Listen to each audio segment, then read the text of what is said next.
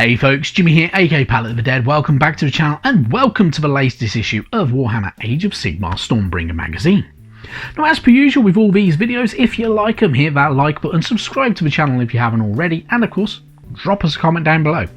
I love hearing back from you guys. It goes a massive way to helping out the channel too.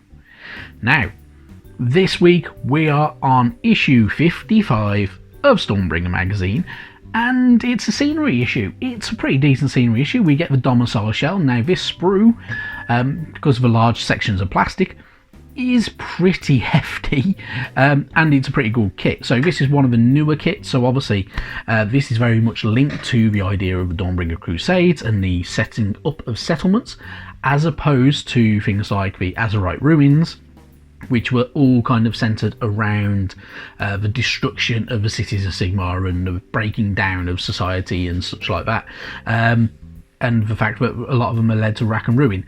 With the Domicile shells, the idea is that it's all to do with the new settlements and they're building up and such like, which is why they fit in very nicely with our Nexus Siphon.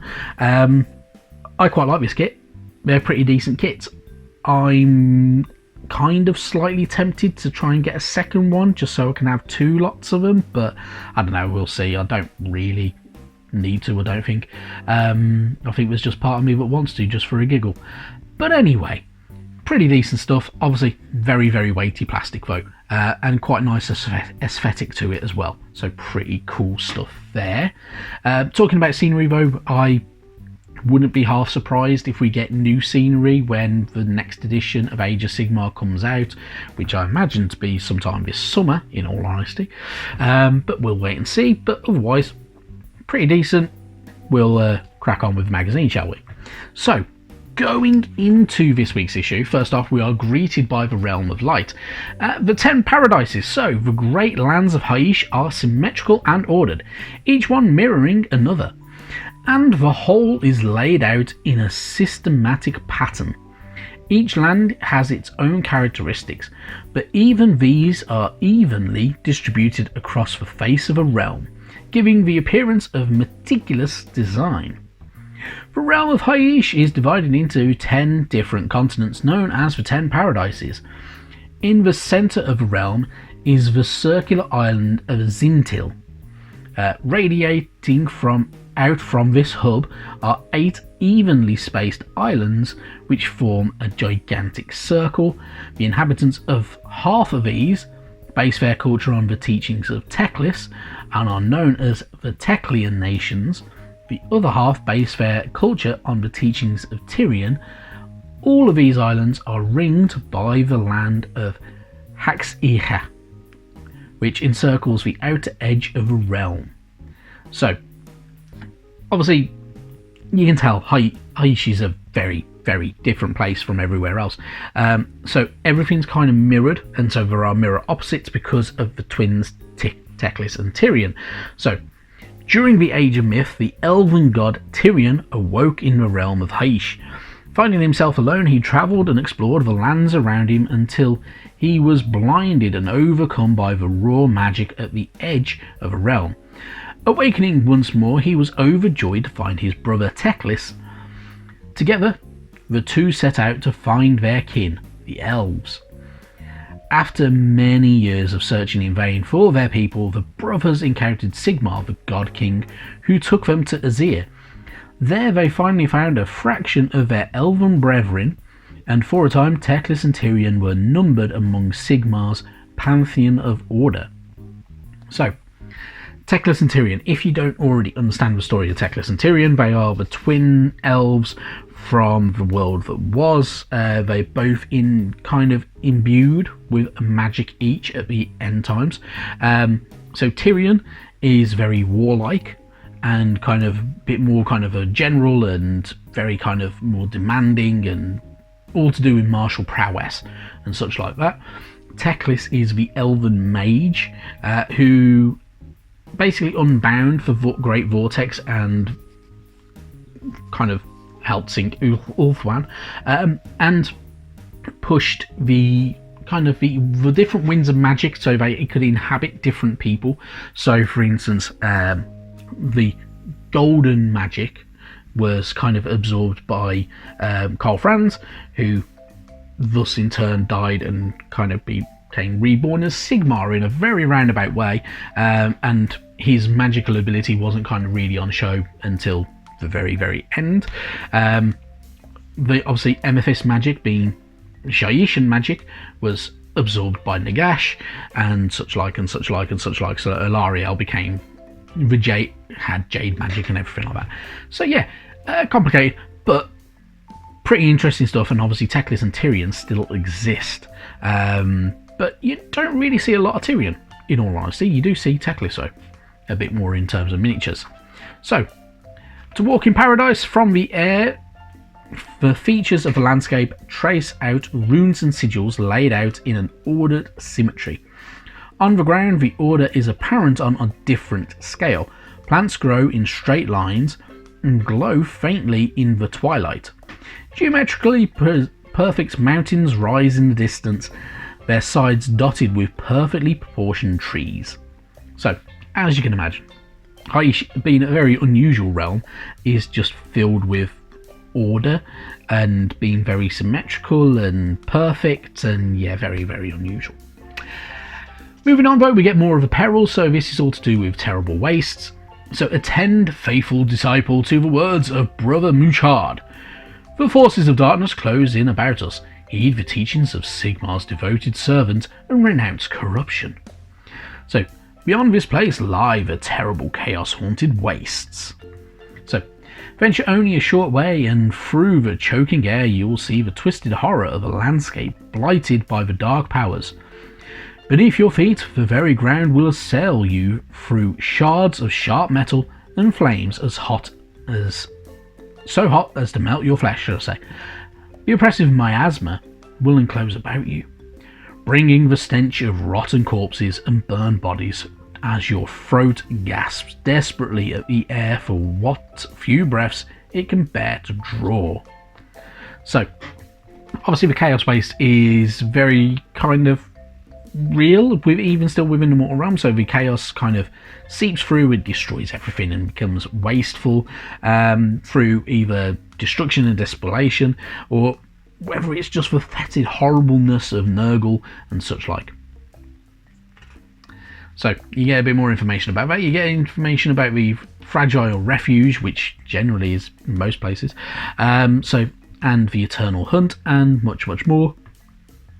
It's pretty decent stuff. If you like your lore about Warhammer, this is some of the good pages. Then you get your Domicile shell page. So, obviously the Domicile shell is a shelter and a stronghold. You use it as an obstruction, so we'll get Guardian statues, which are these guys later on, if I remember rightly. And, you know, all of them linked together and all very fitting together. The idea with the Domicile shell is that it's meant to be a little bit more cleaner, because it's meant to be kind of just being built up and erected as part of the Stormbringer crusade, so they change how they work. So yeah, pretty decent. A bit more information for you though about that kind of why that structure's kind of half important. You get to do your rolls as well as per usual with it. Then moving on, we get our Cadron collection, so all to do with naming your Cadron overlords as per usual. So we've had them already for the Sylvaneth, Stormcast, Gloomspite Gits, and the Cruel Boys, so it's about time that we had them for the Cadron overlords. We'll get them obviously later on for good old the Ironjaws as well. So this is all to give you your name, so you can give them everything a bit more of a uniqueness by using the roll tables, or if you want you can get name generators online. It's entirely up to you though, but you can do a bit of that, and you can also name your units as well, which is always really good fun. Then you get your how to build guide. In all honesty, it's relatively simple for the Domicile shell. There are a few bits and pieces that stand separate and work differently from each other, so it's all about putting it together. I'm not going to lie, the only downside with this is putting it away to keep it stored and safe will be a bit of a pain in the ass, because of how certain bits are fitted together. So you need to make sure you get yourself a good, if you're going to store it and not just have it on a shelf, make sure you get a good sized tub. So the really useful storage boxes tend to be really good for this type of thing. You just need to make sure you get the right size one. Normally around about a 9 litre one does the job for this type of stuff. or at least it does for the Azerite ruins anyway. Now moving on, you got your paint guide. It's up to you how you want to paint it. So if you are going to go for this white scheme, which does look very, very nice and crisp and clean and everything like that, paint it with Corax White, Agrax Earthshade to utilise, kind of make that mortar kind of like colour. Then dry brush back over with Corax White to bring it back again. If you want to give it a bit more of a pristine edge, you could go back each individual brick and paint it up white, but it will be time consuming, so I would suggest do a handful of dry brushes if you are going to go for a super crisp clean look. Handful of dry brushes with the Corax White, and then maybe even a final dry brush with white scar will give it a nice brighter, cleaner look. Or if you wanted to do for different stone types, you can go grey, so you could use Mechanica Standard Grey for instance as your base, then a bit of Norn oil over the top, and then go over with things like your Administratum Grey or Grey Seer or something like that, or Dawnstone, just kind of bring it back and such like that. It's entirely up to you though how you want your colour scheme of these buildings to go. Can, you know, just have a look at different kind of rock and stuff like that. So if you're going to go for, say for instance, black colour scheme, I would suggest go over with black, dry brush over with a grey, like Mechanica Standard Grey, and then maybe even dry brush over very lightly with, say, like Tantor Blue or something like that, to give it a kind of a different colouring, and it'll look very, very different and very unique and different. Depends on how you want to paint it, really. But otherwise, it's generally fairly simple. It's a relatively easy kit to paint up. There's a lot of flat areas though, so don't use contrast paints on them because it pools and looks weird. But otherwise, you know, for dry brushing idea, it does work very, very well. If you want that aged gold look as well, using Reichland Flesh Shade works very nicely. But yeah, I personally would probably do something very, very similar. Not gonna lie, yeah, I probably would. So pretty decent, pretty good stuff. Moving on, we get more about order tactics for the Tree Revenants. So they are a raider style unit. They have maneuverability, versatility, but they are fragile. And then you also get the same for the Spite Revenants, who are very, very similar. They have many attacks, they have low priority, but they are fragile as well, and they're more of a Reaper style unit as well. And then we move on, we have our battle plan. So Arcane Calamity. So obviously you pick your forces, so you're getting 3 heroes this time and 4 troops, depending on, and it's up to you how you want to pick them. So whether you wanted your good old Cadron Overlord, or if you wanted just Stormcast, or if you want just Sylvaneth, you can kind of mix and match, have a bit of fun with it. But yeah, not too bad.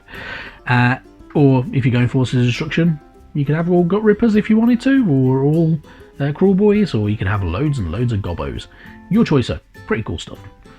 And then your battle mats. So you just are using 2 battle mats this time round. Although you're using more units, you're using a smaller area. 2 battle mats. Smash them together.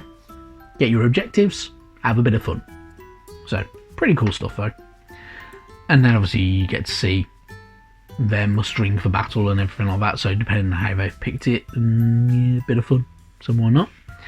And then lastly, next week we get Fundrix Profiteers, so the Cadron Overlord's warband from good old Warhammer Underworlds, and then the week after is the Squig Herd, which I'm looking forward to, and I might have to get another one just for a giggle because they're fun. Anyway, that's enough from me. Thank you very, very much for tolerating my prattling on about Teclis and Tyrion, but otherwise, thank you very much for watching, and I'll see you next time. Bye bye now.